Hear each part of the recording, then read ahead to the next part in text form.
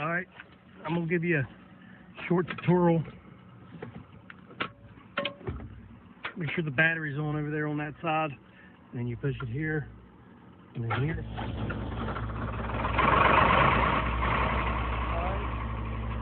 So you're going to push this button right here. Get your air up.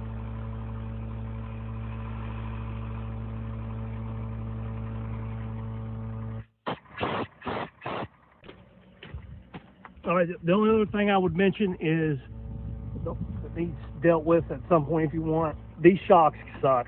So I keep basically broomsticks in there to hold the doors open. You need to run this machine with the doors open.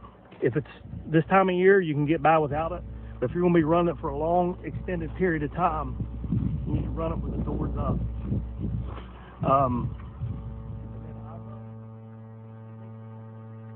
Cool. I run the oil level on that bubble at 3/4, and when it gets down to half, I'll always just run it back up to 3/4, just straight hydraulic oil or hydraulic transmission oil. But it's an oil-cooled machine. They don't have a radiator, so that's very important. Other than that, I keep the oil topped off in it, and which you don't really need to mess with the engine oil. It usually stays right there where it's at. I don't know of an engine oil leak at all. And then about once, I like to do once a year, I'll service it. Air filter. This year I ain't used it. Other than that, that's it. Alright, Sheldon, I'm going to give you just a quick walk around. I just hosed it off a little bit, but I mean, it's got some dings and scratches in it. Like there's a ding.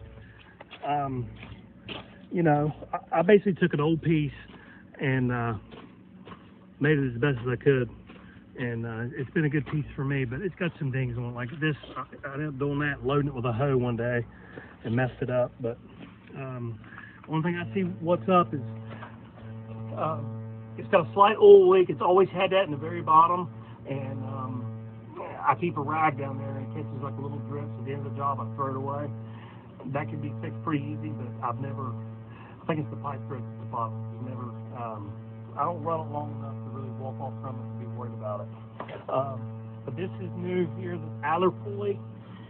This needs dealt with. This is new here. When I started it up, I think this pulley's not ready to go. If you want me to fix that, I can, but I can't do it today. Other than that, it's been a good piece for me. And really, he don't have to buy it if you don't want. I'm all right with it. Later. All right, Sheldon, I'm gonna give you one more video that shows constant air, where it builds air. I would want to know that, I think, if I was wanting to buy one. But same deal. Let's go ahead and start it.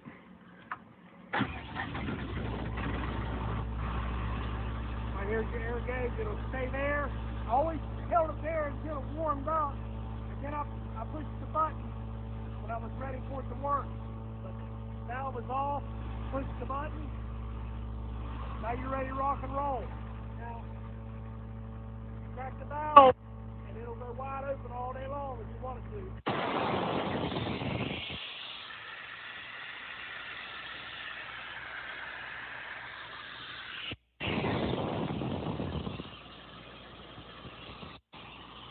Turn the air off,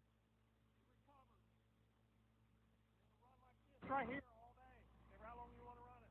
But it's pretty valid. I mean, the area is, I don't know if it's what he needs, but there you go, later.